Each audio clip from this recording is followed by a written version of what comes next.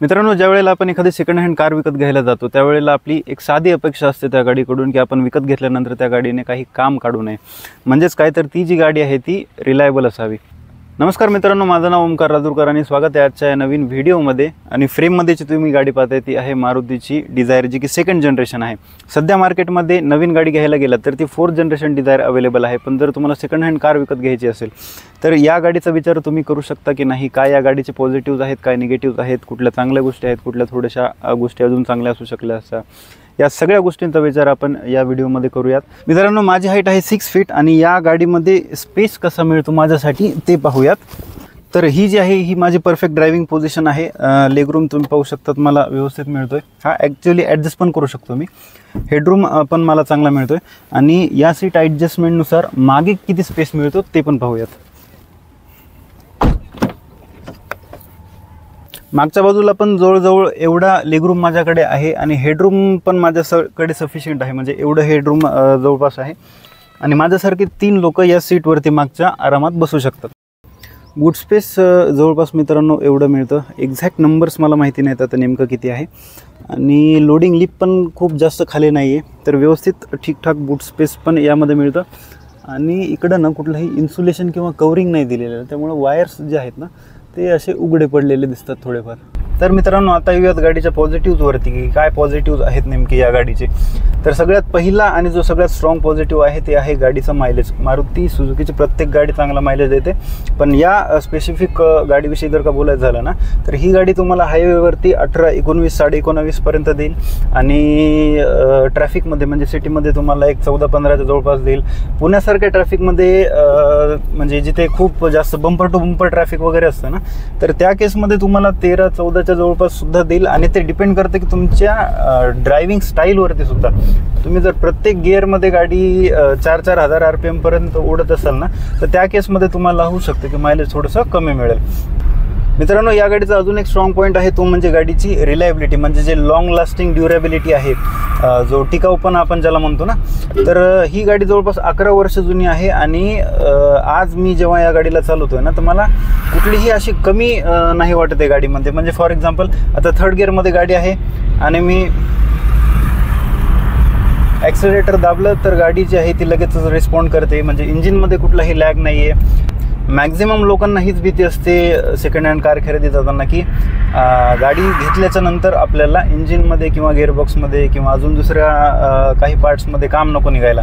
आता ही स्पेसिफिक गाडी आहे, तर या गाडीमध्ये 11 वर्षांमध्ये ना गाडीच्या इंजिनमध्ये काम झालं आहे, ना गाडीचं क्लच प्लेटमध्ये काम झालं आहे, ना गिअरबॉक्समध्ये कुठलं काम निघालं आहे. जेवढे इलेक्ट्रॉनिक्स आहेत, म्हणजे म्युझिक सिस्टीम असेल किंवा अजून दुसऱ्या काही गोष्टी असतील, हेडलाईट्स असतील, तर या सगळ्यांमध्ये सुद्धा कुठलंही काम वगैरे नाही झाले. तर मग या गाडीमध्ये जेवढ्या गोष्टी तुम्हाला मिळतात ना तर सगळ्या गोष्टी व्यवस्थित काम करतात आणि लॉंग टर्ममध्ये हे प्रॉब्लेम वगैरे नाही देत कुठला पण. मित्रांनो, तिसरा जो सगळ्यात स्ट्रॉंग पॉईंट आहे या गाडीचा तो आहे या गाडीची रिसेल. म्हणजे या गाडीची जी किंमत आहे ना ती तुटतच नाही अजिबात. आज सुद्धा या गाडीची किंमत जर का तुम्ही ऑनलाईन प्लॅटफॉर्मवरती सर्च करायला गेलात तर तुम्हाला जवळजवळ 3 लाखाच्या जवळजवळ या गाडीची किंमत मिळेल. म्हणजे त्यावेळेला 10-11 वर्ष आधी गाडी घेतानाही असेल जवळपास 6 लाखाच्या जवळपास. आणि आत्ता या गाडीची म्हणजे जवळपास फक्त 50% डेप्रिसिएशन तुम्ही धरू शकता या गाडीवरती. आता जो रिसेल आहे ना तो पॉझिटिव्ह सुद्धा तुम्ही म्हणू शकता आणि निगेटिव्ह सुद्धा तुम्ही म्हणू शकता. पॉझिटिव्ह कोणासाठी आहे, फॉर एक्झाम्पल माझ्याकडे ही गाडी आहे आणि मला जर विकायची आहे तर मला ही गाडी खूप चांगली किंमत देईल, त्या केसमध्ये ही गाडी पॉझिटिव्ह आहे. पण जर मला विकत घ्यायची आहे गाडी तर बाकी गाड्यांच्या तुलनेमध्ये, म्हणजे या गाड्याचं जे कॉम्पिटिशन होतं ना, होंडा अमेज आहे, होंडाची एक्सेंट आहे, अजून 2-3 गाड्या, तर त्या गाड्यांच्या कंपॅरिझनमध्ये या गाडीची किंमत तुम्हाला थोडीशी जास्त मिळेल. तर रिसेलमध्ये ही गाडी खूप चांगली मी म्हणेल. चौथा जो स्ट्रॉंग पॉझिटिव्ह आहे मित्रांनो या गाडीचा तो आहे या गाडीचा लो मेंटेनन्स कॉस्ट. म्हणजे जर का तुम्ही सर्व्हिसिंग करत असाल गाडीची किंवा गाडीमध्ये एखादं काम निघालं, सहसा तर काही काम निघत नाही, पण जरी निघालं ना तरी सुद्धा ते तुमचं कमी खर्चामध्ये होतं. आणि अजून एक काय आहे ना या गाडीविषयी की रस्त्यावरचा कुठलाही जो मेकॅनिक असतो ना छोटा मोठा, तो या गाडीला रिपेअर करू शकतो खूप म्हणजे सहजरित्या. कारण याची 2 कारणं आहेत. एक तर या गाडीची संख्या इतकी जास्त आहे ना रस्त्यावरती दिसणारी की प्रत्येक दुसऱ्या मेकॅनिकला या गाडीचं इंजिनिअरिंग माहिती आहे, म्हणजे इंजिन माहिती आहे, सस्पेन्शन, गिअरबॉक्स जे काय असेल. आणि दुसरी गोष्ट म्हणजे काय की ही जी जॅपनीज इंजिनिअरिंग आहे ना ती सोपी आहे, म्हणजे खूप अशी कॉम्प्लेक्स इंजिनिअरिंग या गाडीमध्ये दिलेली नाही. तर तो एक पॉझिटिव्ह आहे की तुम्ही बाहेर कुठे गेलात, गाडी खराब झाली, म्हणजे होत नाही सहसा, पण जरी झाली तरी सुद्धा कुठलाही छोटं मोठं मेकॅनिक या गाडीला जो आहे तो दुरुस्त करू शकतो. आता त्यानंतरचा जो पॉझिटिव्ह आहे गाडीचा तो आहे इझी टू ड्राईव्ह, म्हणजे गाडी चालवायला खूप सोपी आहे. चालवायला सोपी मी का म्हणतोय, कारण गाडीचा जो ग्लास एरिया आहे तो चांगला आहे, गाडीच्या ORVMची जी साईज आहे ती चांगली आहे, म्हणजे गाडीचे चारही कोपरे तुम्हाला दिसतात. बोनेट असं दिसत नाही, पण तुम्ही जजमेंट खूप सोप्या पद्धतीत लावू शकता. त्यानंतर क्लच लाईट आहे, स्टेअरिंग रिस्पॉन्स ठीक आहे, स्टेअरिंगचा फीडबॅक पण व्यवस्थित आहे. यामुळं काय होतं ना की जे नवीन ड्रायव्हर्स आहेत, जे नुकतेच गाडी शिकलेत ना, त्या लोकांना चालवण्यासाठी ही गाडी खूप सोपी जाते. इझी टू ड्राईव्ह ज्याला आपण म्हणतो. तर या गोष्टी आहेत. त्यानंतरचा जो पॉझिटिव्ह आहे मित्रांनो या गाडीमध्ये ते आहे इंजिनमध्ये पॉवर आणि जे मायलेज आहे, म्हणजे दोन्ही पण कॉम्बिनेशन तुम्हाला मिळतं. बऱ्याच वेळेला काय होतं की मायलेज वाढवण्याच्या याच्यामध्ये कंपन्या पॉवर इंजिनची थोडीशी कमी करतात की जेणेकरून मायलेज तुम्हाला चांगलं मिळेल. पण आता या गिअरबॉक्समध्ये मी म्हणजे एक स्पीड, तुम्ही जर का फॉर एक्झाम्पल तुम्ही ड्रायव्हर एन्थुझियास्ट असाल, तुम्हाला गाडीमध्ये पॉवर पाहिजे असेल, तर त्या केसमध्ये तुम्हाला ही गाडी नाराज करणार नाही, म्हणजे व्यवस्थित पॉवर आउटपुट देते, चांगला पॉवर आउटपुट हे इंजिन आपल्याला काढून देतं. मायलेजसुद्धा त्याचसोबत आपल्याला चांगलं मिळतं. आता काही अशा गोष्टी आहेत ज्या ओके आहेत, म्हणजे ठीकठाक आहेत. आता फॉर एक्झाम्पल स्टेअरिंगचा रिस्पॉन्स आहे, स्टेअरिंगचा फीडबॅक आहे, तो ठीकठाक आहे. सीट कम्फर्ट म्हणाल तर तो पण व्यवस्थित आहे, म्हणजे ठीकठाक आहे. असं काही खूप जास्त पण मिळत नाही आणि तुम्हाला असं प्रॉब्लेमॅटिक होईल असं पण नाही आहे. म्हणजे वन डे जर का म्हणाल ना तर एक 500-600 किलोमीटरपर्यंत तुम्ही ठीकठाक जाऊन येऊ शकतात. मित्रांनो, हे तर झाले सगळे गाडीचे पॉझिटिव्ह. आता येऊयात गाडीच्या निगेटिव्हवरती. तर सगळ्यात पहिला निगेटिव्ह जो मला वाटला तो आहे गाडीची प्लास्टिक क्वालिटी. म्हणजे काय होतं की आता जेव्हा गाडी खड्ड्यांमधून जाते ना तर त्यावेळेला रॅटलिंग नॉईज येतोय, म्हणजे इथून जो खडखडचा आवाज आहे, जो कचकचचा आवाज आहे ना, त्या प्रकारचा नॉईज. आणि हे डिपेंड करतं कशावरती, तुमच्या प्लास्टिक क्वालिटी, त्याचसोबत तुमच्या गाडीमध्ये जे सस्पेन्शन सेटअप दिलं आहे. म्हणजे काय होतं, सस्पेन्शनवरती मी नंतर बोलतो. आता फॉर एक्झाम्पल एखाद्याने जर का हुंडाई सारखी एखादी म्हणजे हुंडाईमधली एखादी गाडी वापरली असेल i20 टाईप, तर त्यामध्ये जी प्लास्टिक क्वालिटी आहे ना ती या प्लास्टिक क्वालिटीपेक्षा थोडीशी एक लेवल वर आहे. आता फर्स्ट टाइम जर का तुम्ही ही गाडी घेतली तर त्यावेळेला तुम्हाला कळणार नाही, पण जसं तुम्ही या गाडीला वापराल, म्हणजे या प्लास्टिकला टच करून, फील करून तुम्हाला काही दिवसांनंतर कळेल. म्हणजे या कंपॅरिझनमध्ये जर का तुम्ही दुसऱ्या गाड्या पाहिल्यात त्या याच्यामध्ये तुम्हाला कळेल की गाडीची प्लास्टिक क्वालिटी जी आहे ती थोडीशी अजून चांगली असू शकली असते. त्यानंतर जो दुसरा गाडीचा निगेटिव्ह आहे ना तो आहे गाडीचे हार्ड सस्पेन्शन. म्हणजे काय होतं, आता बघा, आता गाडी चाललेली आहे खराब रस्त्यावरून आणि तुम्ही माझ्या बॉडीची मूवमेंट बघू शकता. हार्ड सस्पेन्शन्स गाडीमध्ये दिल्यामुळे काय होतं की एकतर रॅटलिंग नॉईज वाढतो, म्हणजे पूर्ण इम्पॅक्ट आपल्याला गाडीमध्ये जाणवतो. तर फॉर एक्झाम्पल जर का मी खराब रस्त्यांवरनं थोडीशी जोरात गाडी नेली ना तर गाडी लगेचच उड्या मारायला लागते, म्हणजे हे लवकर दबत नाहीत सस्पेन्शन. या सस्पेन्शनवरती जोपर्यंत वजन पडत नाही ना, आता हे हार्ड सस्पेन्शन एक प्रकारे पॉझिटिव्ह पण आहे आणि एक प्रकारचं निगेटिव्ह पण आहे. पॉझिटिव्ह कसं आहे मी ते आधी सांगतो. पॉझिटिव्ह असं आहे की ज्या वेळेला तुम्ही हाय स्पीडवरती जाता ना त्यावेळेला गाडी तुमची स्टेबल राहते. म्हणजे जर का तुम्हाला हाय स्पीडमध्ये टर्न करायचं असेल तर गाडीमध्ये खूप जास्त बॉडी रोल तुम्हाला पाहायला मिळणार नाही. आणि 100, 110, 120 पर्यंत जरी तुम्ही गेलात ना त्यावेळेला तुम्हाला गाडी जी आहे ती स्टेबल फील होईल. म्हणजे हाय स्पीडमध्ये तुम्हाला लेन वगैरे चेंज करायची असेल हायवेवर, त्या ठिकाणी हे सस्पेन्शन चांगलं आहे. पण तुम्ही जर का खराब रस्त्यांवरती कंटिन्यू जात असाल, म्हणजे खूप थोडासा मोठा लांब रस्ता जर का तुम्हाला म्हणजे खड्ड्यांचा असेल किंवा दगडांचा वगैरे असेल, त्या केसमध्ये ना हे खूप जास्त कम्फर्टेबल सस्पेन्शन्स फील होत नाहीत.